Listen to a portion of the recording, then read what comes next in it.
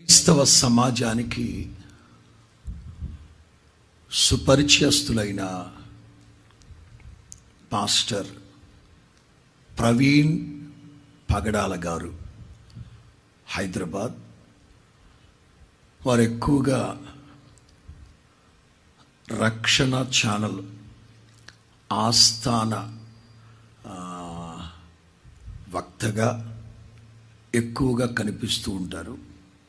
అలాగే ఆయా ప్రాంతాల్లో సభలు సమావేశాలకు కూడా పాలు పొందుతూ ఉంటారు.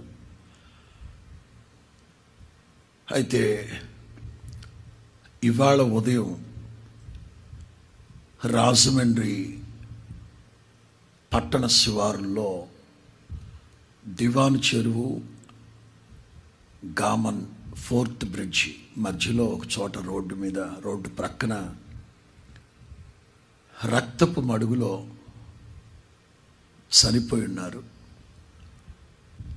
వారి కుటుంబం క్రైస్తవ సమాజంలో ఎంత గౌరవప్రదమైన కుటుంబం. వారు కొద్ది సాఫ్ట్వేర్ కంపెనీలు పెట్టి అనేక మంది నిరుద్యోగ యువతకి ఉద్యోగాలు కల్పించిన మంచి మనిషి.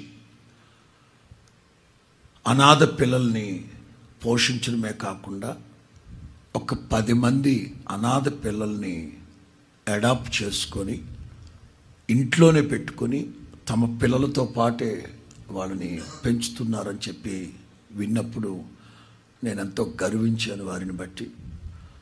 అలాగే క్రైస్తవ సమాజానికి ఎంతగానో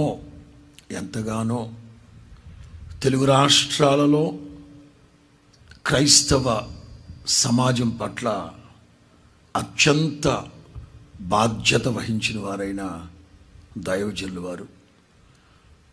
వారు లేని లోటు క్రైస్తవ సమాజానికి ఇంత అంత అని వర్ణించలేను. వారిని కోల్పోయిన కుటుంబానికి, ప్రత్యేకించి సహోదరికి, వారి సంతతికి, తోబుట్టువులకి నా పక్షంగా కాకుండా హోసన్నా మినిస్ట్రీస్ పక్షంగా ప్రగాఢ సానుభూతిని, ప్రార్థనని తెలియపరుస్తూ ఉన్నాను. ఎందు నిమిత్తం ఇలా జరిగిందో, ఒకవేళ ఇది దుశ్చర్య అని అయితే దాని వెనకున్న కుట్రకోణం ఏమిటో దేవునికే తెలుసు. ఇప్పటికే ఇవాళ ఉదయం నుంచి రాజమండ్రి గవర్నమెంట్ హాస్పిటల్ దగ్గర అనేక మంది సేవకులు ధర్నాలు, రోడ్డు రాస్తా రోకోలని చేశారు.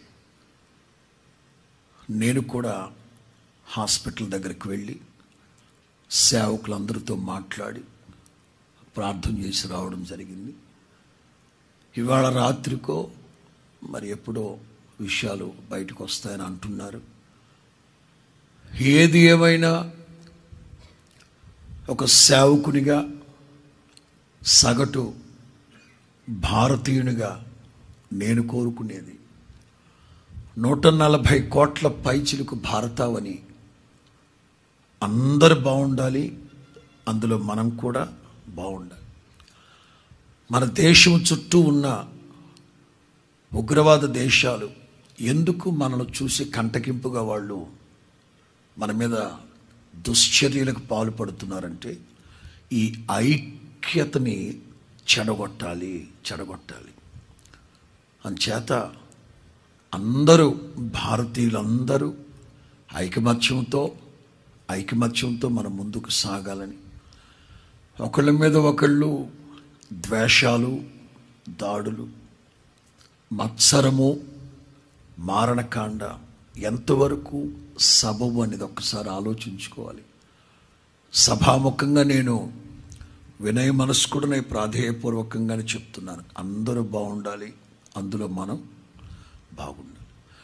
వాస్తవంగా ప్రవీణ్ పగడాల గారి కోసం నేను విన్నప్పుడు, క్రీస్తు యేసుకు కలిగిన ఈ మనస్సు మీరు కలిగి ఉండమన్నట్లుగా ఎంతో ప్రేమ కలిగిన వ్యక్తి.